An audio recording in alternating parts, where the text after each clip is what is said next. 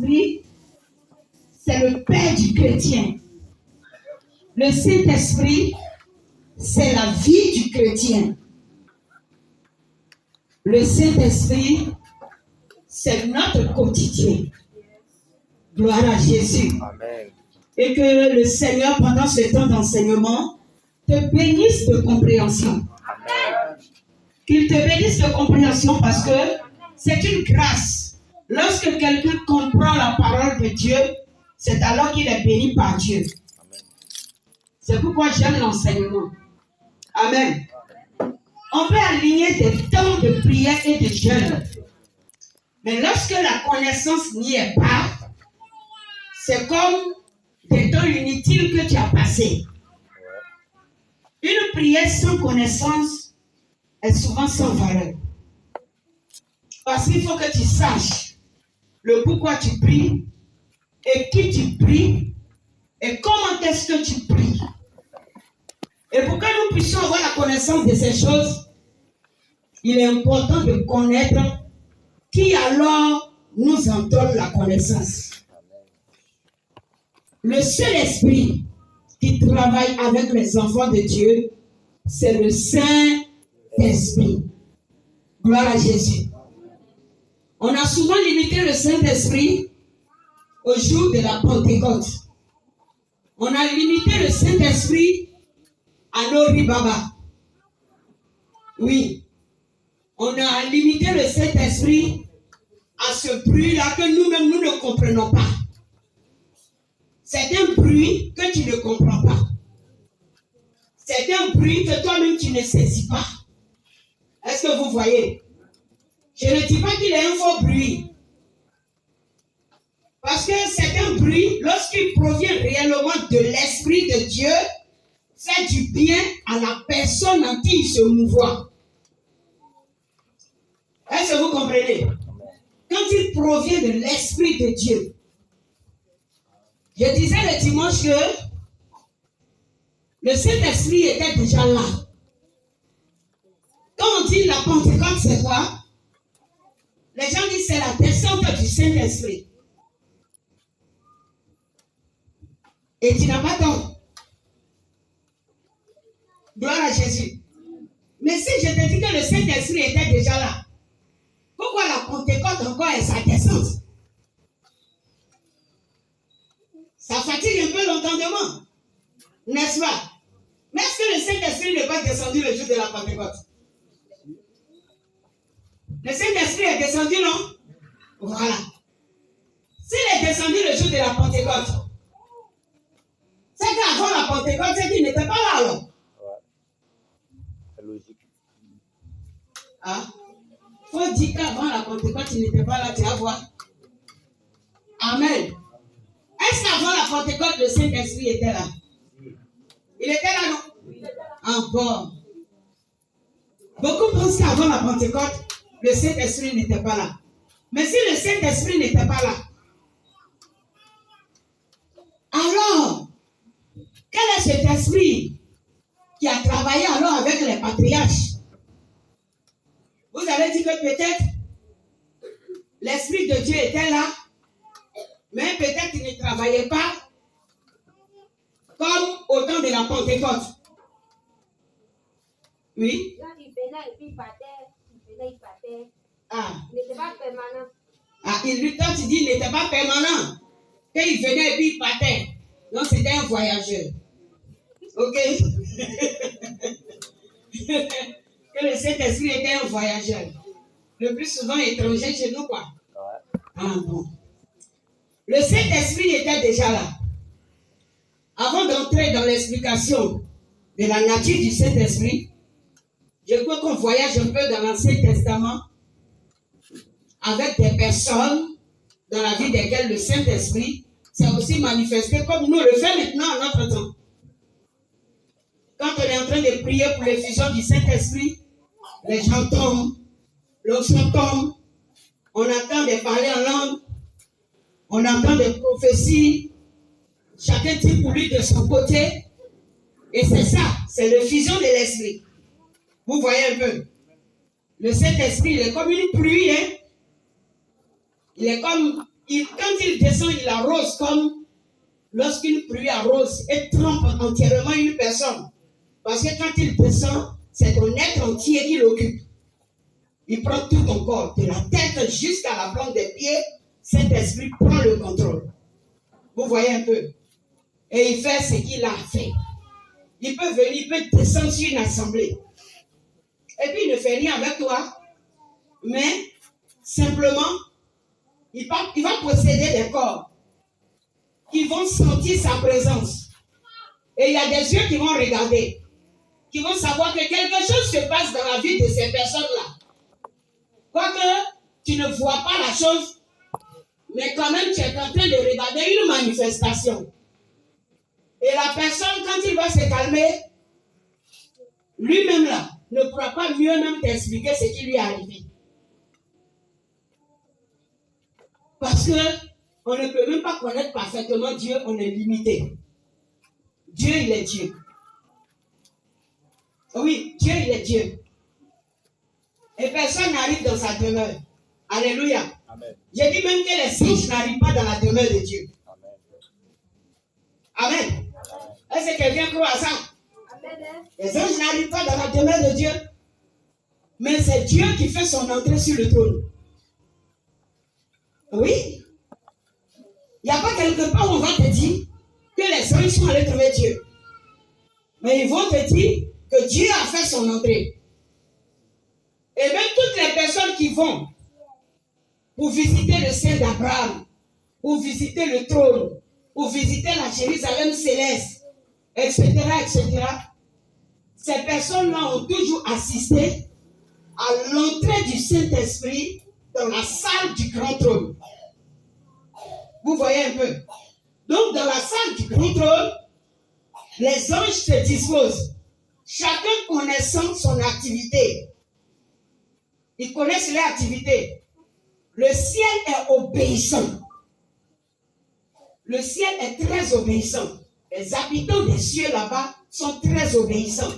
Les anges qui sont restés avec Dieu ne désobéissent en rien aux recommandations de l'Éternel. C'est pourquoi le Seigneur a montré à ses disciples, comme prière, que ta volonté soit faite sur la terre comme au ciel. Pour dire que ce que Dieu recherche dans la vie de ceux qui l'adorent, c'est l'obéissance parfaite. Que ta volonté soit faite sur la terre. Ça veut dire que ta volonté soit faite seulement dans la vie des hommes, comme ta volonté est faite dans la vie des anges qui t'adorent. Alléluia. Amen. Voilà. Et toutes ces personnes qui ont eu ces visites te diront, oui, j'étais là.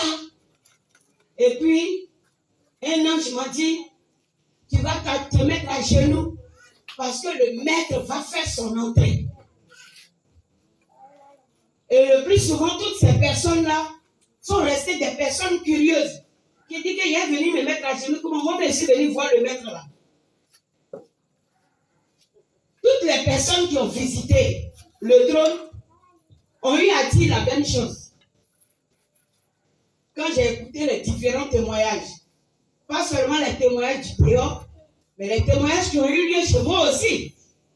Parce que c'est des grâces que Dieu m'a faites. Amen. Voilà. J'ai eu des personnes chez moi pour qui j'ai prié. J'ai eu des personnes pour qui j'ai prié qui se sont quand même réveillées, morts, ressuscités, comme des personnes qui ont connu l'extase, enlevées pour aller visiter et revenir. Et ça, ce n'est pas faux, c'est une vérité. Gloire à Jésus. Quand on parle, il y en a qui disent, est-ce que là même, on peut visiter le ciel? Si tu ne crois pas, c'est que tu ne crois pas en la Bible. Parce que Jean lui-même a connu l'extase. C'est-à-dire qu'il a été aussi enlevé de cette manière pour visiter. Paul a connu l'extase. Ézéchiel a connu l'extase. Ésaïe a connu l'extase. Donc, si tu lis la Bible, tu vas voir que beaucoup de personnes dans la Bible ont connu l'extase. C'est-à-dire que le corps est là, ils ne sont pas morts. Mais le Seigneur a dégagé, âme l'a compris. Et puis, corps est à terre. Et puis, ils vont là-bas. Et le temps qu'ils ont à passer avec Dieu, ils passent ce temps. Et ce qui est intéressant, le corps ne pourrit pas. Le corps ne pourrit pas. Mais le Seigneur peut accorder une grâce que le corps qui est là reçoive la visite des anges. Et que ces anges-là échangent avec nous dans le corps de la personne pendant que la personne elle-même, elle est absente. Ouais. C'est intéressant, hein? Amen. Voilà. J'ai vécu ça avec, comment on appelle ma fille Debo, puis ma fille, Esther, voilà. J'ai vécu ça avec eux. Je crois qu'on a fait 2 semaines à elle, le corps de maladie, hein, sans qu'elle-même ne soit présente. Hein. On a passé quand même 2 semaines à causer avec des anges, des différents anges. Un vient, il cause avec nous, après il s'en va. Le problème est qu'ils ne dorment pas. Et quand nous on est fatigués, on s'en dormir et puis on se réveille, on change de groupe. Ils sont là, ils causent sur ma colère. Ils vont donner les enseignements jusqu'à fatiguer. Alléluia. Ok. Ça, c'était une parenthèse. Donc, vous voyez, Dieu est profond. Et lorsque nous devons connaître Dieu, il n'y a que Dieu même, Saint-Esprit, qui peut se manifester à l'homme. Alléluia. Donc, petit à petit, vous allez comprendre pourquoi la Pentecôte a eu lieu. Amen. On va aller dans l'Ancien Testament. Et certaines personnes vont comprendre que on prophétisait déjà, on recevait déjà le Saint-Esprit dans ses mouvements avant même que ne vienne la Pentecôte. Prenons 1 Samuel 10.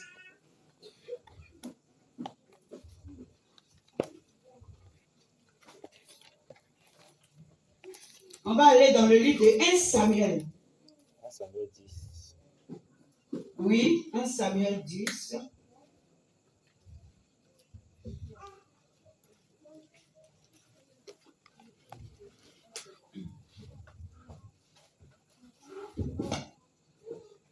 Ça peut aller? Amen. On va lire à partir de son verset 5. 1 Samuel 10. Oui.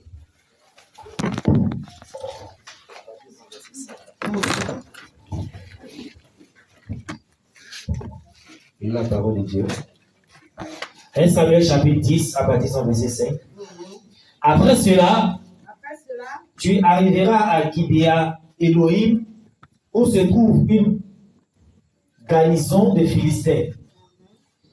En entrant dans la ville, tu rencontreras une troupe de prophètes descendant du haut lieu, précédés du luth, du tambourin, de la flûte et de la harpe, et prophétisant eux-mêmes. Oui. L'Esprit de Dieu te saisira. Tu prophétiseras avec eux et tu seras changé en un autre homme. Et tu seras changé en un autre homme. Amen. Amen. Ouais, continue. Lorsque ces signes auront eu pour toi leur accomplissement, fais ce que tu trouveras à faire, car Dieu est avec toi. Amen. Puis tu descendras avant moi à Gilgal, et voici, je descendrai vers toi pour offrir les holocaustes et les sacrifices d'action de grâce. Tu entendras 7 jours jusqu'à ce que j'arrive auprès de toi et que je te dise ce que tu dois faire. Oui. Verset 9. Ouais. Dès que Saül eut tourné le dos pour se séparer de Samuel, Dieu lui donna un autre cœur. Oui. Et tous ces signes s'accomplirent le même jour. Lorsqu'il arrivait à Gibea, voici une troupe de prophètes vint à sa rencontre. L'Esprit de Dieu le saisit et il prophétisa au milieu d'eux. Et il prophétisa au milieu d'eux. Oui, continue. Tous ceux qu'il avait connus auparavant virent qu'il prophétisait avec les prophètes. Oui. Et l'on se disait l'un à l'autre dans le peuple, qu'est-il arrivé au fils de Kis? Qu'est-il arrivé au fils de Kis? Saül est-il aussi parmi les prophètes? Saül est-il aussi parmi les prophètes? Quelques-uns de Gibea répondirent. Oui. Et qui est leur père, de là le prophète. Saül est-il aussi parmi les prophètes? Saül est-il aussi parmi les prophètes? Parce qu'il faisait quoi? Parce qu'il prophétisait. Mais qu'est-ce qui est arrivé puis Saül a commencé à prophétiser? Asseyons-nous d'abord. Qu'est-ce qui est arrivé puis Saül a commencé à prophétiser? Il a dit que quoi? On dit le Saint-Esprit est descendu sur Saül. Et puis Saül a commencé à prophétiser. Ah, ça c'est Pentecôte aussi. Hein. Le Saint-Esprit est descendu sur Saül et Saül a commencé à prophétiser. Mais est-ce qu'il prophétisait auparavant? Non. Il ne prophétisait pas. Mais là, le Seigneur avait quelque chose à faire avec Saül. Donc, commencez à réfléchir. Vous qui faites ribaba et puis vous êtes oisif à l'église, on va vous demander quel est l'esprit que vous avez reçu. Ok. Vous parlez en langue, on ne peut pas respirer. Mais c'est vous qui ne faites rien en l'église. Le Saint-Esprit qui est descendu sur toi, il fait quoi? Des orientations avaient été données à Saül. Je ne vais pas rentrer dans toute l'histoire. Où Israël demandait un roi, n'est-ce pas? Et le Seigneur, dans ses plans, a fait partir Saül vers Samuel pour que la chose lui soit prophétisée. Et pour confirmation qu'il était le choix de l'Éternel pour Israël, Samuel lui a dit, voilà ce qui va se passer. Parce que quand tu as l'œuvre de Dieu à faire et que le Saint-Esprit ne descend pas sur toi, on ne sait pas quel esprit te conduira dans cette direction. Alléluia. Ceux-mêmes qui ont l'esprit de Dieu, même c'est déjà compliqué pour eux. Donc imagine si tu n'as pas l'esprit.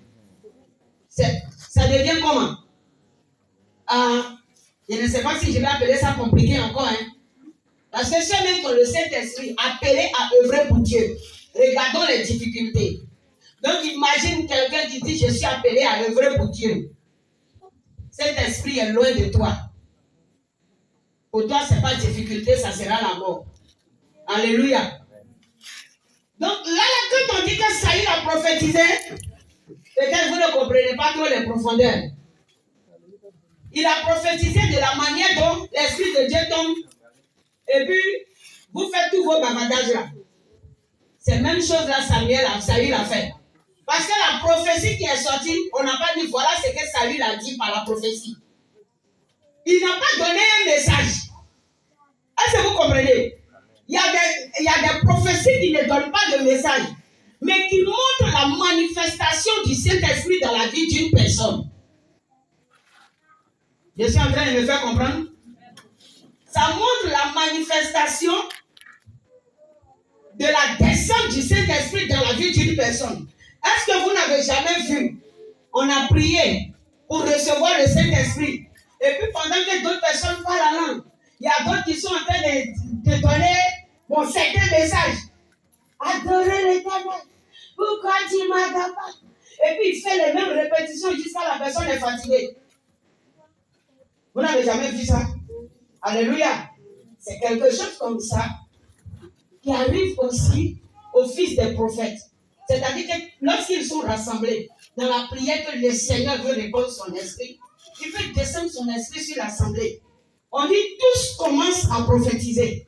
Quand tout le monde prophétise à la fois, est-ce qu'on est en train de donner un message, chose, comment on l'appelle, authentique à une personne? Non. Imaginez que tout de suite, nous tous on se met à prophétiser. Chacun dira quelque chose. Voilà. Au fait, c'est ça. Chacun dira quelque chose. Mais comme c'est une prophétie, sûrement tu entends ce que tu es en train de dire.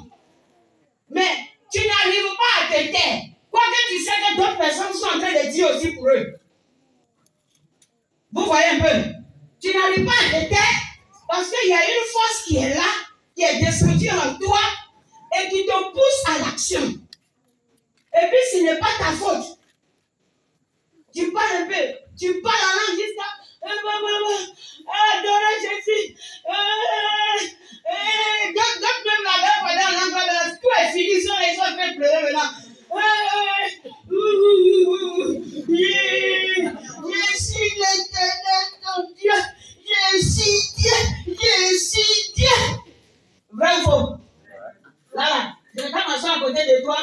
pour écouter le message. Non, dis-moi. Dis-moi si dans pris ça, là, moi, je m'assois à côté de toi pour écouter le message. C'est pas pour moi que tu parles au fait. Ce qui est en train de se passer en ce moment-là se passe pour ta propre personne. Parce que quand tu vas quitter là, tu sauras que ce n'est pas quelqu'un qui a versé l'eau chaude sur toi. Amen. Mais oui, c'est pour que tu réalises que le Dieu dont on parle là est une vérité. Et que tu analyses que ce qui m'est arrivé là, je ne peux pas expliquer, mais vrai, c'est qu'il y a si quelque chose m'est arrivé. Pour ceux qui ont fait l'expérience du Saint-Esprit. Alléluia. Amen. Tu sais le jour là que quelque chose est arrivé. Il y en a même quand ils tombent là, on ne peut pas les soulever. Saint-Esprit descend sur eux. Waouh. Le plus souvent, il faut les pousser. On les pousse, on court derrière eux jusqu'à ce Saint-Esprit. Hein. On court derrière eux jusqu'à pour les maîtriser. C'est compliqué et difficile. La chose devient trop forte pour eux. Amen. Et puis tu vois, ils se lamentent. Il y en a même qui sentent un feu embraser tout leur être. Au fait, ce n'est pas maintenant que ça a commencé. Beaucoup pensent que c'est au jour de la Pentecôte que cette scène-là a commencé. Est-ce que vous comprenez un peu? Ce n'est pas au jour de la Pentecôte que ça a commencé.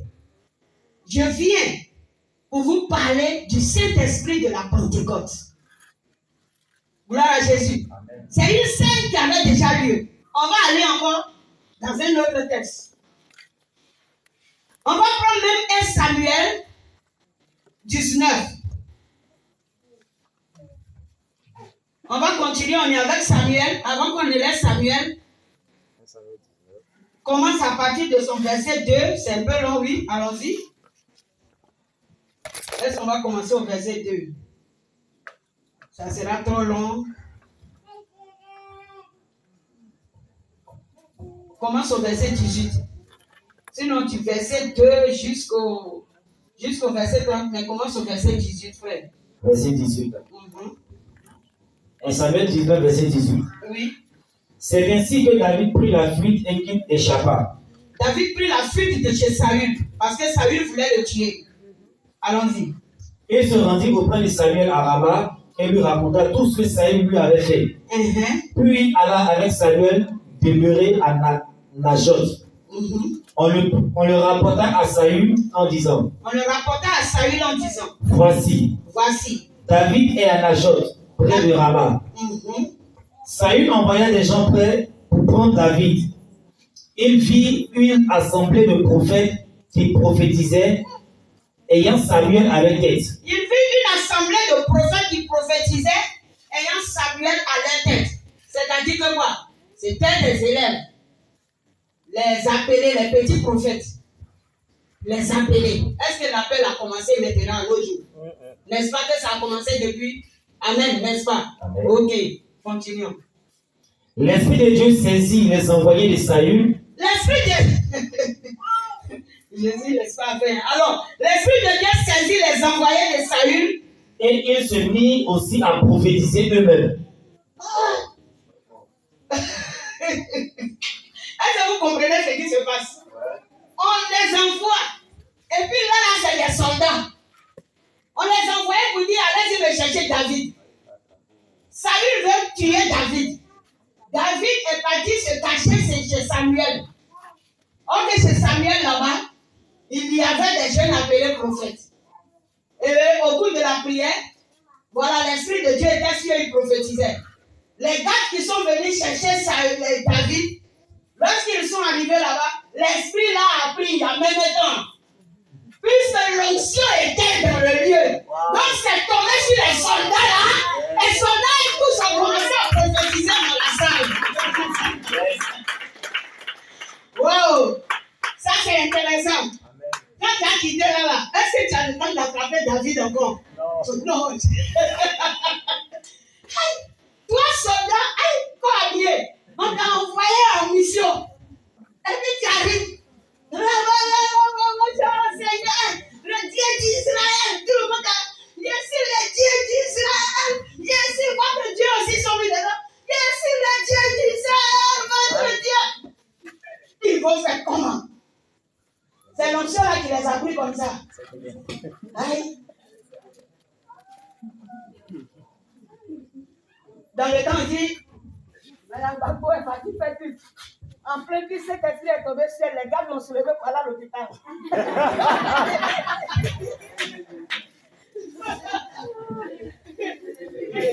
Ils ont cru qu'elle a piqué une crise là. Et qu'il fallait une urgence.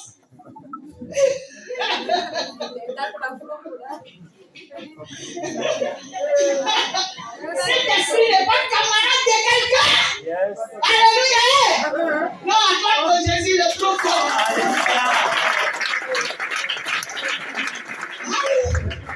C'est une affaire comme ça, il n'a pas fait de président dedans. Quand le monsieur veut faire sa chose, il a dit il le fait. Cet esprit, c'est pas que là, c'est pas le président dans l'assemblée des gens. Cet esprit est tombé, piou. Ici, il dit, ça c'est crise de mots de vente. Comment? Cet esprit joue pas. Ok, frère, on va continuer. Oui, on était à quel verset? Verset 21 maintenant. Verset 21, ok. On en fit rapport à Saül qui envoya d'autres gens. On en fit rapport à Saül qui envoya d'autres gens. Et eux aussi prophétisaient. Ouais. Non. Ils étaient mélangés là-bas. Ouais. On continue. Il envoya encore pour la 3e fois et il prophétisait également. Ouais. Est-ce que vous pensez que toutes ces personnes-là, c'était des prophètes? Ils n'étaient pas des prophètes. Mais qu'est-ce qui se passait? Qu'est-ce qui se passait? Et puis eux tous étaient là. C'est pour ne pas vous dire qu'ils étaient tous en train de parler dans des langages prophétiques, au fait. Amen. Voilà ce qui se passait. Sinon, des soldats même qui n'ont même pas la notion de la connaissance de la parole, ils arrivent et puis l'onction embrasse leur vie. Les gens sont sur les chevaux pour venir attraper quelqu'un. Voilà, parler en langue est tombé dedans. Ils commencent à prophétiser eux seuls. Ils ne peuvent se retenir. Tant que le Saint-Esprit ne les relâche pas, ils sont toujours sous l'onction. Donc, Saül a envoyé encore d'autres groupes. Les groupes sont arrivés, ils sont tombés sous onction. Il envoie troisième groupe aussi de personnes tombent sous onction.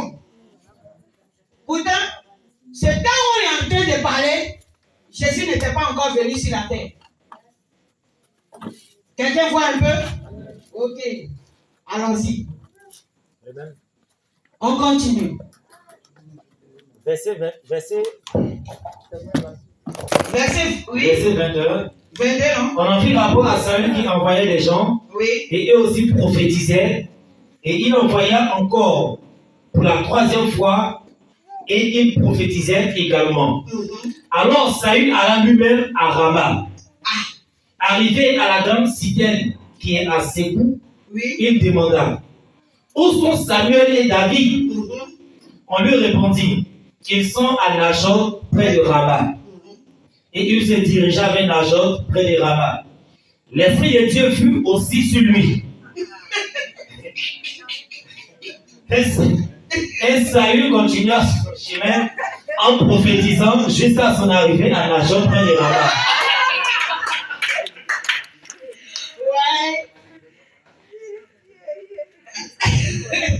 Vous me faites rire. Mais quelle est cette histoire? Pourquoi le Seigneur est en train de faire ça? C'est pour protéger David, ou bien l'onction était trop?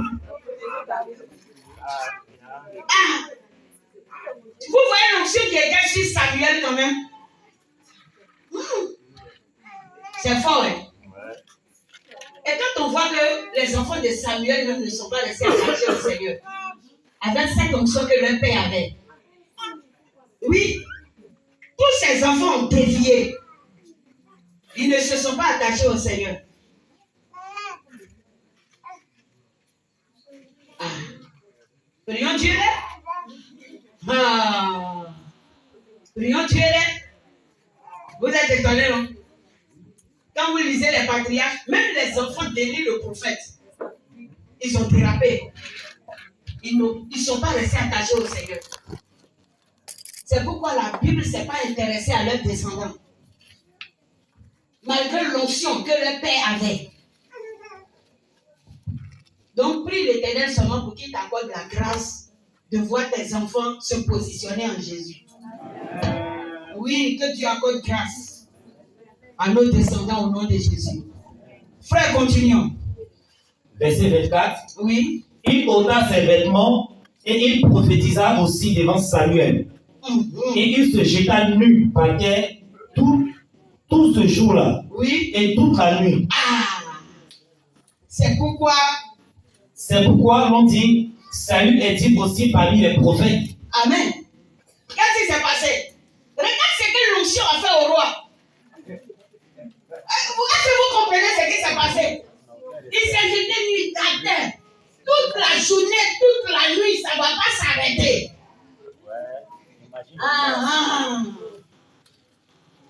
Donc vous pensez que c'est à la Pentecôte que quelque chose comme ça a commencé dans la vie des chrétiens. C'est pour vous envoyer à comprendre que le Saint-Esprit, il y a longtemps, il est là. Ouais, il faut acclamer Jésus.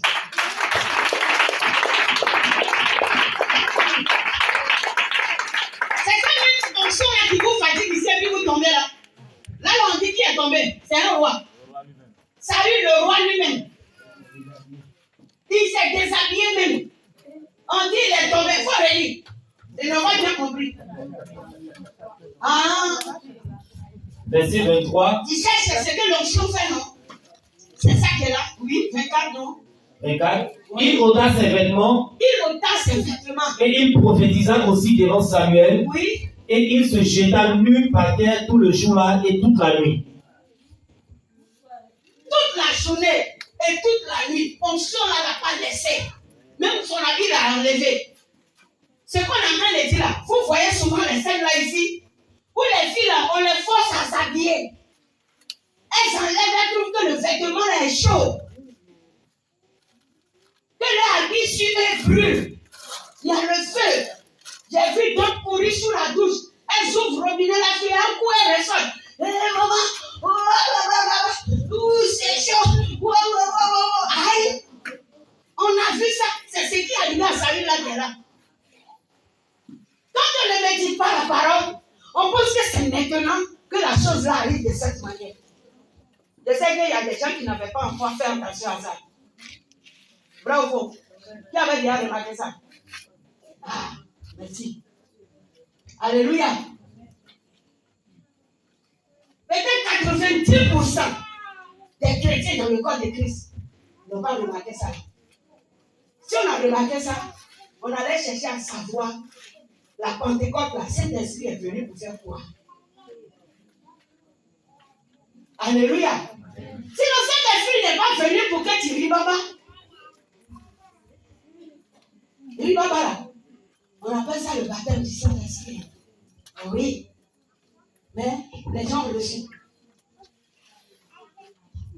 Et puis ça les a fatigués. Vous pensez que quoi? Toute la journée, toute la nuit, Saül a dit quoi de bon qu'on devait mettre dans les écrits? Est-ce qu'il y a une seule parole qui est sortie qu'on a écrite? Non. Parce que quoi? C'était l'onction sur lui. Ce n'était pas un message lisible du Seigneur dont on avait besoin, par lequel on doit marcher. Non. C'est l'onction sur lui qui s'est manifestée. C'est ça le Saint-Esprit. Est-ce que Saül a été le seul? On va continuer.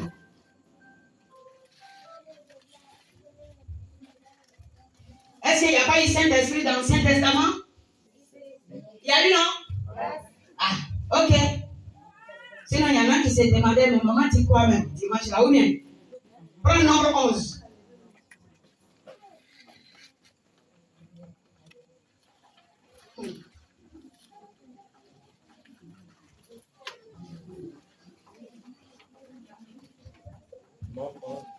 Oui, nombre 11, on va lire du verset 23 au verset 29.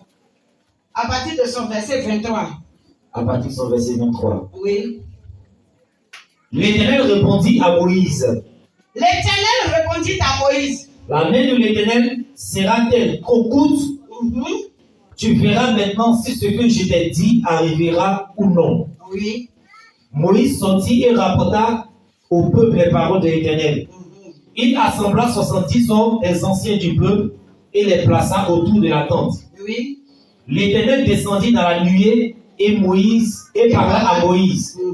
Il prit de l'esprit qui était sur lui et le mit sur les 70 anciens. Et dès que l'esprit reposa sur eux, ils prophétisaient. Mais ils ne continuaient pas. Amen. C'est-à-dire que quoi? Le peuple réclamait quelque chose de la part du Seigneur. Et puis le Seigneur dit d'accord, je vais leur donner de la viande à manger. Amen. Voilà.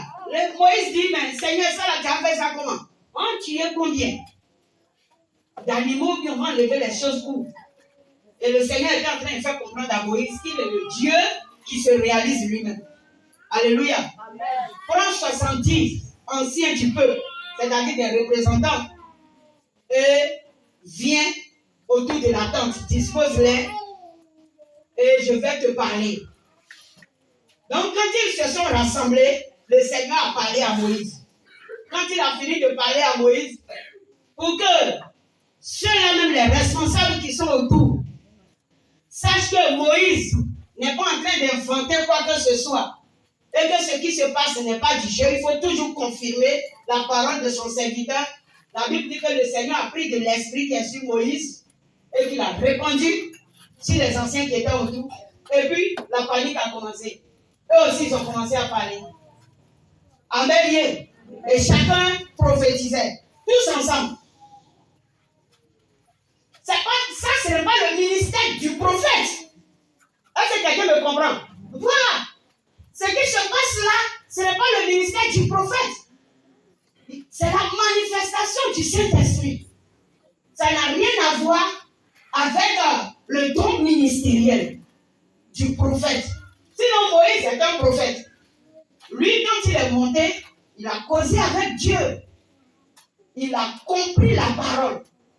Et lui, il a donné la recommandation. Donc, Moïse n'est pas obligé de faire ribaba avant de donner un message. Parce que quoi? Il est un prophète. Mais celui qui fait ribaba avant de donner un message a seulement reçu un don de prophétie. Le prophète reçoit un don ministériel. Mais celui qui reçoit le don de prophétie est baptisé du Saint-Esprit pour prophétiser dans des circonstances. Il n'est pas prophète. Quelqu'un comprend? Donc ces personnes-là, tu dis, je reprends. Oui, la partie là. Je reprends quoi? Le prophète reçoit un don ministériel. Le don du prophète est le don du ministère. Tu vois, non? Le don prophétique est différent du don de prophétie. Celui qui est baptisé du Saint-Esprit qui prophétise a un don de prophétie. Est-ce que vous voyez? Mais le prophète a un don prophétique qui est le don ministériel. Je n'ai pas bien dit rien. Vous n'avez pas encore compris. Le don du prophète est différent du don de prophétie. Oui. Moi, on vous dit que le don du prophète est différent du don du prophétie. Oui. Et que celui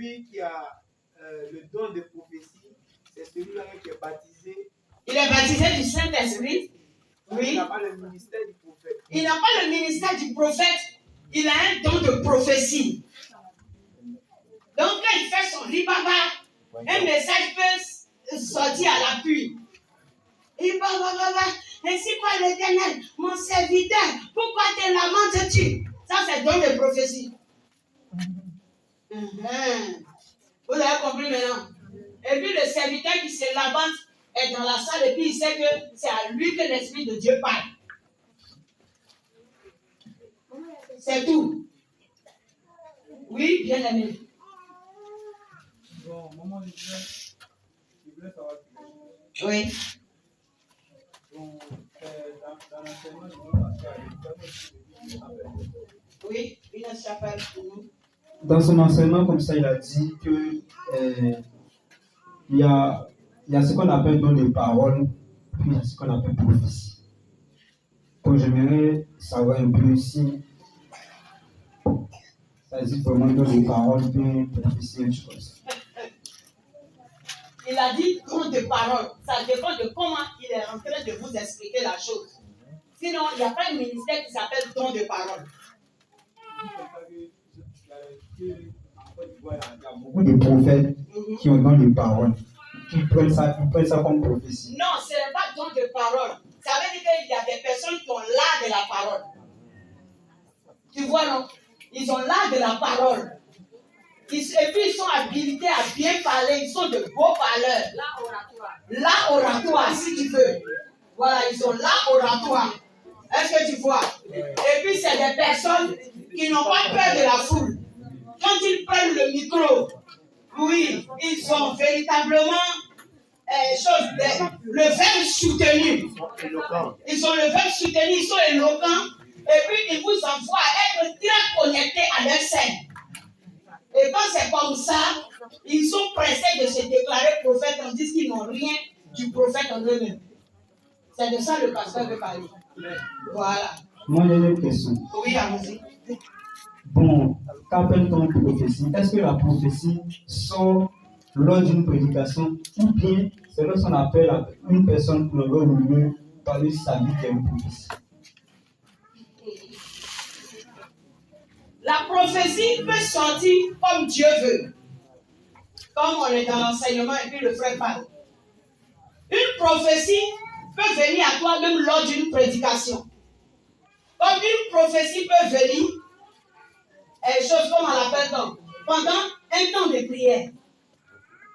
Vous voyez, ça dépend de comment le Seigneur veut parler à une personne. C'est comme ça. Et une prophétie peut venir au moment où peut-être quelqu'un même est en train d'échanger avec toi. Une prophétie peut sortir dans une conversation.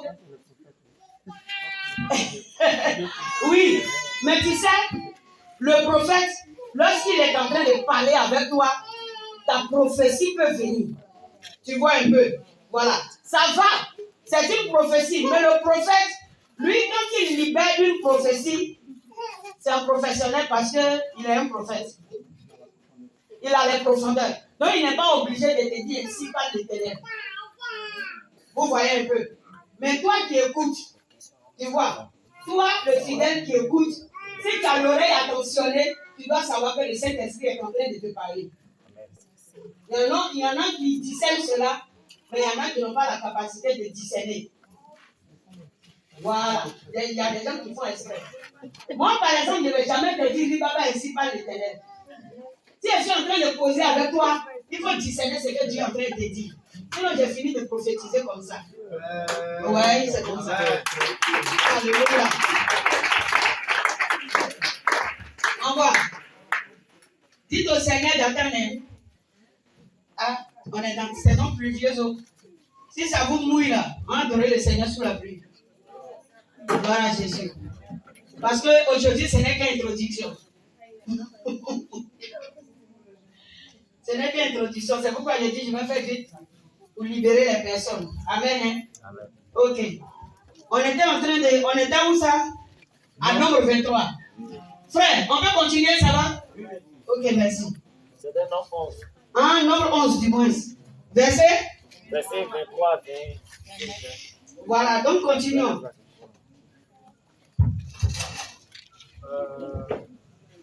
Verset 25 maintenant. Oui.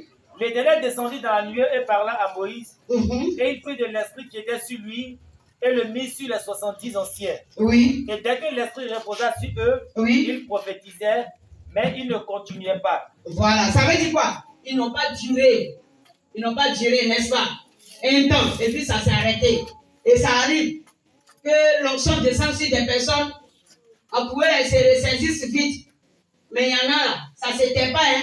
Jusqu'à ce qu'on dormi, même ça ne finit pas. Amen. Ah. Il y a quelqu'un là, lui, son baptême du Saint-Esprit, là, il a reçu ça sur son vélo. Il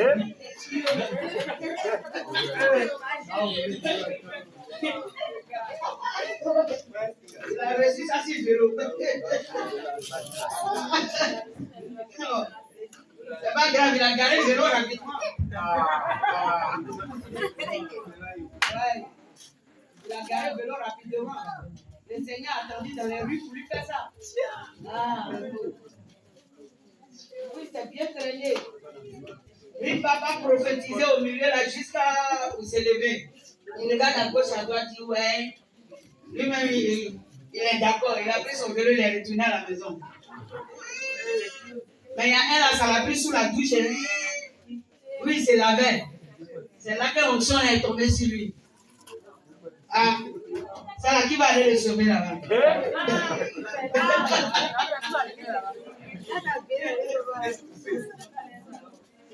C'est qu'il sûr, il n'a qu'à s'arranger. Ok, frère, on continue. Verset 26. Oui. Il y eut deux hommes. Il y eut deux hommes. L'un appelé Eldad. Oui. Et l'autre Bédad. Oui. Qui étaient restés dans le camp. Et sur lesquels l'esprit reposa. Oui. Car ils étaient parmi les esprits, quoiqu'ils ne fussent point allés à la tente. Et ils prophétisaient dans le camp. Et ils prophétisaient dans le camp. C'est-à-dire qu'eux, ils sont restés dans le camp là-bas. Onction est partie tomber sur eux. Normalement, ils devaient être parmi les 70 là, sur lesquels Dieu voulait répandre l'esprit là. Mais ils ne sont pas venus et puis ils étaient dans le camp. Donc là-bas où ils étaient, c'est parti tomber sur eux. Ça les a localisés. Ah, au milieu des autres. Amen. Yeah. David, Dieu, quand il a choisi, il laisse pas à l'étranger. Et puis, dans le camp là-bas, ils sont tombés là-bas, ils ont commencé à prophétiser. Continuons à voir. Verset 27. Oui. Un jeune garçon courut l'annoncer à Moïse et dit, Eldad et Médad prophétisent dans le camp. Eldad et Médad sont en train de prophétiser dans le camp. Et Josué, fils de Nun, serviteur de Moïse depuis sa jeunesse, prit la parole et dit, Moïse, mon Seigneur, empêche-les. Va les empêcher, ça veut dire qu'il faut aller les calmer. Moïse lui répondit, es-tu jaloux pour moi? Ah, tu es jaloux pour moi. Ça dit, on sait que sur moi, là, ça prend le peuple, dit, c'est quoi? Ça te rend jaloux ou bien? Ça fait rire. Es-tu jaloux pour moi? Oui, continue. Puisse tout le peuple de l'Éternel être composé de prophètes, et veuille l'Éternel mettre son esprit sur eux. Vas-y. Et Moïse se retira au camp, lui et les anciens d'Israël. Amen. Alléluia. Ça va. Dans ces différents textes, qu'est-ce qu'on peut constater alors? Qu'est-ce qu'on peut constater? Oui, frère. On peut constater que la manifestation du Saint-Esprit n'a pas commencé au jour de la Pentecôte. Merci. Frère. Hein? Amen. Ah. Ok. Qui a constaté quelque chose d'autre? Oui? Quelqu'un lève la main là-bas? Ah non. Oui, qui veut parler? Qu'est-ce qu'on a pu constater, frère Fimen? On a aussi constaté que la manifestation du Saint-Esprit ne dit pas sa manière de venir. Ça ne dit pas sa manière de venir. Ça peut faire tomber. On a vu Saül qui est tombé, qui a enlevé son habit à cause de l'onction qui était sur lui. Est-ce que les mêmes choses ne se passent pas aujourd'hui? Ah, ça se passe aujourd'hui. Donc avec ça, on doit se poser maintenant la question. Parce que nous, on a cru que quoi? Depuis longtemps, nous avons seulement cru que c'est à partir de la Pentecôte que l'Esprit a commencé à agir de cette manière. C'est ce qu'on a pensé depuis longtemps même. N'est-ce pas? Or que ce n'est pas à partir de la Pentecôte. Et certaines personnes ont pensé que la manifestation de l'Esprit au temps des anciens n'est pas pareil comme à nous, notre temps. Cet esprit n'a pas changé de couleur. Gloire à Jésus. Merci des ribaba. Eux, ils avaient l'onction du prophète. Et non onction de la prophétie. Et pendant ce temps aussi, dans leur temps, il y avait plusieurs prophètes. Mais il y avait la classe des grands prophètes et puis aussi la classe des petits prophètes. Il y en a que le Seigneur avait choisi véritablement pour un sacerdoce précis. Et il y en a qui étaient là dans le peuple, par qui le Seigneur parlait aussi, mais qui n'avaient pas chose, comme on l'appelle-t-on, le même appel que peut-être les Jérémie, les Ézéchiel, les Moïse, etc. Ils n'avaient pas le même genre d'appel.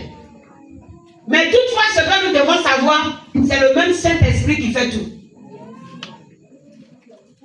Mais en cela, au milieu de toutes ces choses-là, comme de notre temps aujourd'hui, il y avait aussi des menteurs. Oui, il y avait aussi des menteurs. On va prendre Ézéchiel. Ézéchiel 13, je crois.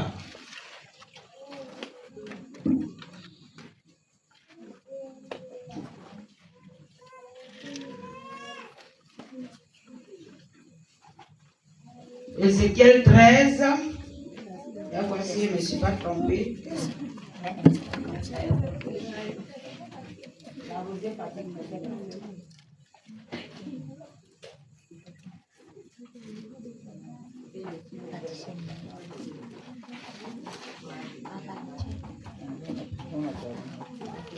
J'ai dit Ézéchiel 13, n'est-ce pas? À partir du verset... Bon, on va au verset 17, je vais voir. Ézéchiel 13.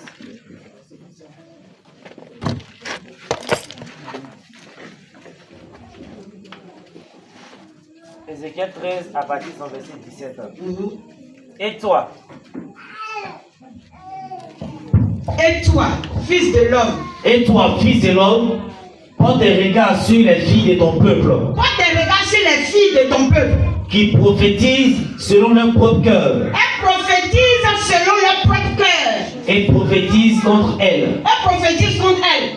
C'est-à-dire que des personnes qui se jouent les prophètes de l'Éternel, comme s'ils avaient reçu l'onction de la part du Seigneur, pour donner des prophéties et des révélations à des personnes. Tandis qu'en réalité, Dieu ne leur a pas parlé. Et ils vont vers le peuple de Dieu pour dire ainsi par l'Éternel, voici ce que le Seigneur m'a dit pour toi. Il y a eu aussi ça depuis l'Ancien Testament. On pense souvent que c'est à notre temps que tout a commencé. Continue, frère. Verset 18. Oui. Tu diras. Ainsi parle le Seigneur l'Éternel. Ainsi parle le Seigneur l'Éternel. Malheur à celle qui fabrique des coussinets pour toutes les aisselles. Malheur à celle... Dieu il parle en proverbe. Malheur à celle qui fabrique des coussinets pour toutes les aisselles. Et qui font des voiles pour la tête des gens de toute taille. Afin de surprendre des âmes. Pensez-vous surprendre les âmes de mon peuple? Qu'est-ce que le Seigneur est en train de dire? Quand on dit qu'il fabrique des coussinets, ça veut dire que quoi? Il donne des révélations pour te dire, non, toi, Dieu t'a trop approuvé. Ils savent que tu es dans le péché. Mais comme tu leur as donné de l'argent, ils veulent te donner bonne révélation. Ça veut dire les prophètes qui prennent l'argent et puis ils montrent là. C'est de ça qu'il s'agit. Il faut répondre. Il dit, tu diras. Ils veulent remplir leur ventre. Ainsi parle l'Éternel. Ainsi parle l'Éternel. Malheur à celle qui fabrique des coussinets pour toutes les aisselles. Et qui font des voiles pour la tête des gens de toute taille. Ils font des voiles pour la tête des gens de toute taille. Allons-y, frère. Afin de surprendre les âmes. Afin de surprendre les âmes. C'est-à-dire que si tu écoutes leur prophétie et que tu te laisses emporter dans leur révélation et que c'est pas ça que tu es en train de marcher, il faut comprendre qu'un jour tu vas te retrouver en enfer. C'est tout. Ils veulent surprendre les âmes, ton âme, pour te détruire. C'est-à-dire qu'ils veulent laisser ton âme comme ça. Tu vois, dans le désordre, dans le mensonge, dans la désobéissance. Pour qu'un jour, quand tu meurs, tu ailles en enfer, tout court. Lis, frère. Pensez-vous surprendre les âmes de mon peuple? Pensez-vous surprendre les âmes de mon peuple? Là, il s'agit des filles. Là, il s'agit des femmes. Non. Il s'agit des femmes, non? Non. D'accord, donc continue de lire. Il n'est pas arrivé là-bas. Pensez-vous surprendre les âmes de mon peuple? Maintenant, on parle des femmes d'abord. D'accord? Frère, retourne en arrière. Quand tu commences, chapitre 13, chapitre 13, non? Quand tu as commencé au verset 2, je crois qu'il va parler des hommes d'abord, après il tombe sur les femmes. Ah bon? Sinon, il y a longtemps les femmes prophétisent, est-ce que c'est maintenant? Allez, continue. Oui. Il y a trop de femmes prophétesses dans la Bible, oui. Allons-y.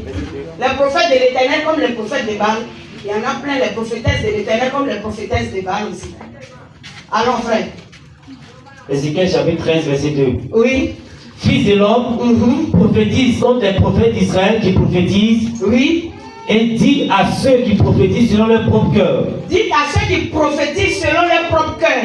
Écoutez la parole de l'Éternel. Écoutez la parole de l'Éternel. Ainsi parle le Seigneur l'Éternel. Ainsi parle le Seigneur l'Éternel. Malheur aux prophètes insensés. Malheur aux prophètes insensés. Qui suivent leur propre esprit. Qui suivent leur propre esprit. Et qui ne voient rien. Ah bon, les prophètes aveugles. Alléluia. Amen. Oui, ils suivent leur propre esprit et ils ne voient rien. C'est forcé de dire j'ai eu vision. C'est forcé de dire le Seigneur m'a parlé. C'est forcé. Moi le Seigneur, moi le Seigneur, moi là le Seigneur, moi qui le Seigneur, moi non le Seigneur, moi oui le Seigneur, moi qui le Seigneur. Hey! Le Seigneur te parle trop. Pardon. Le Seigneur te parle trop. Ah! Faut dire au Seigneur que il n'a qu'à se reposer un peu. Qu'il t'a trop parlé. Amen. Frère, continue. Verset 4. Oui. Tels des renards au milieu des ruines. Tels des renards au milieu des ruines. Tels sont des prophètes, ô Israël. Ah! Ça, c'est pas moi. Eman, c'est toi. Non. Alléluia. Oui. Non, ne vous déplacez pas, on va finir tout à l'heure parce qu'on va prier demain pour ne pas que demain pour lui la vienne. On est aujourd'hui, là, c'est une journée, il a choisi. Frère, il faut lui envoyer. Il est quelle heure?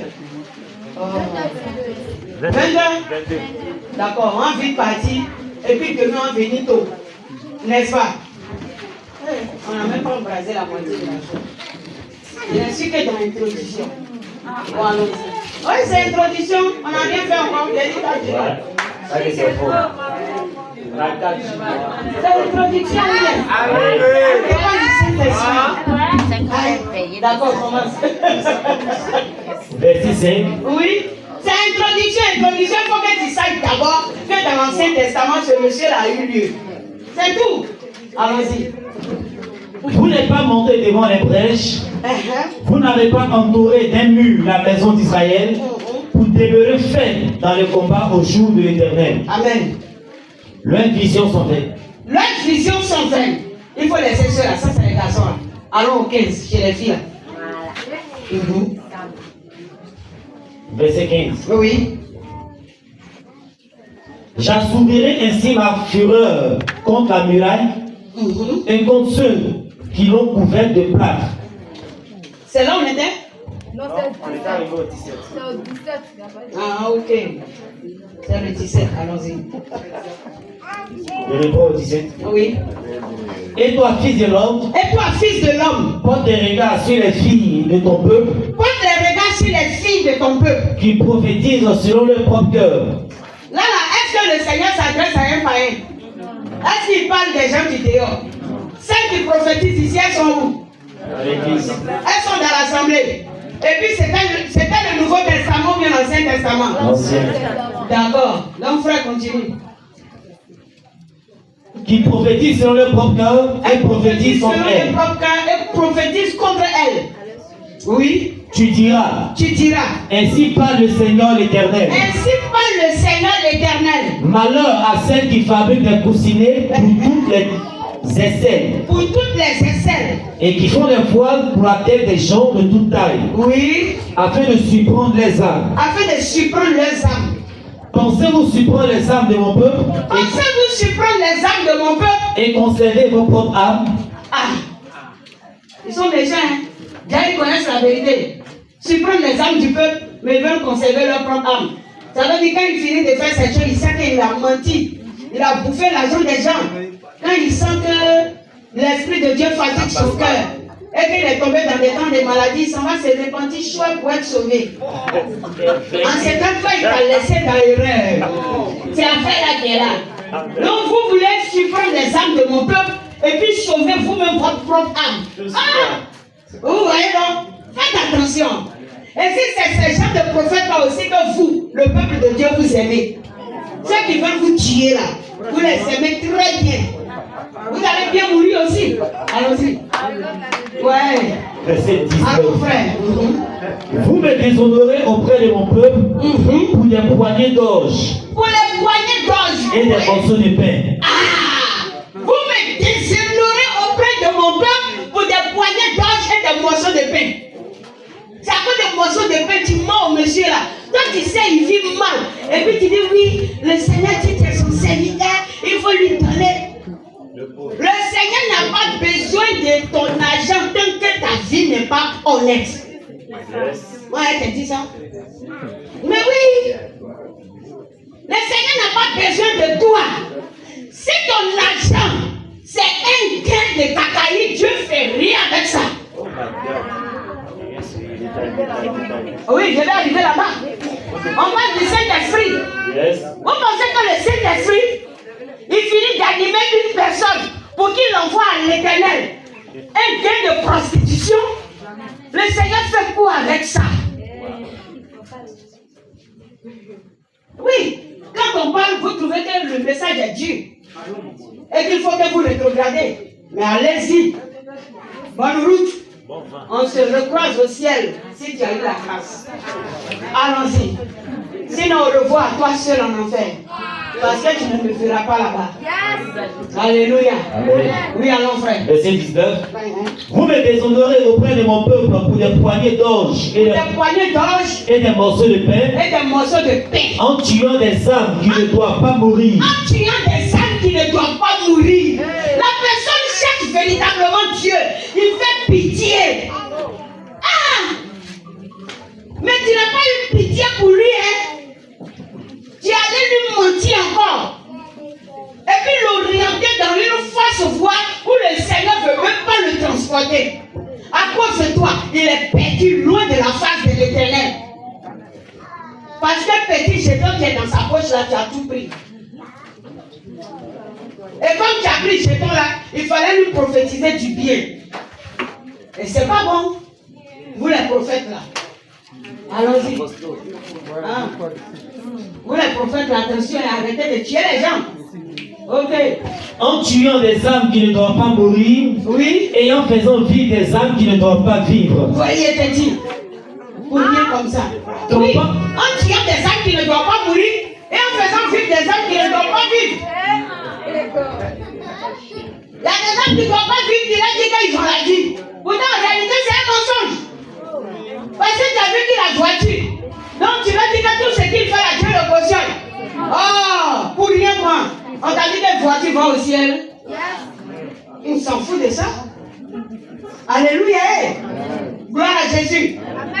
Le Seigneur dit, si on ne sait pas faire, c'est les prostituées qui vont nous dénoncer dans le royaume des cieux. Ça ne veut pas dire va te prostituer pour aller au ciel. Alléluia. Hey. Quand on dit les prostituées vont nous dévancer dans le royaume, ça veut dire quoi? Ça veut dire quoi? Oui, frère. Ça veut dire que c'est ceux qui vont chercher la repentance. Celui qui va changer de vie. Oui. Amen. Si vous ne savez pas faire, on parle des féticheurs et des marabouts. Quand il va constater, voilà, ce sont que les prostituées en effet. Parce que vous allez penser seulement à ceux qui s'en vont chercher garçons, c'est ça, non? Non. Voilà, ceux qui adorent d'autres dieux, c'est eux-là même qu'on appelle les prostituées. On dit, si vous ne savez pas faire, au moment où tu es en train de jouer avec ton Dieu, et puis tu crois qu'il prend plaisir à ton mensonge, l'autre va quitter dans ses adorations pour venir se convertir. Quand le féticheur vient, il accepte Jésus.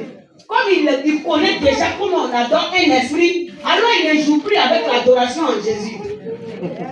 Tu vois un peu? Parce que lui connaît que l'adoration d'un esprit, on ne s'amuse pas avec. Mais quand on s'amuse, la correction est sévère.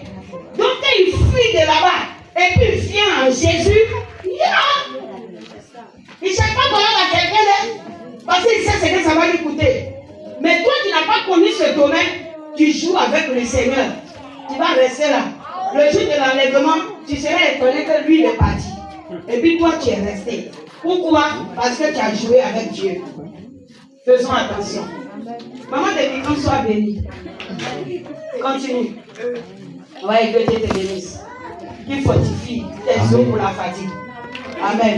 Et que ceux qui dorment se réveillent. Car c'est ici le Saint-Esprit et non dans leur sommeil. Allons, s'il vous plaît. Ouais. Ça va aller.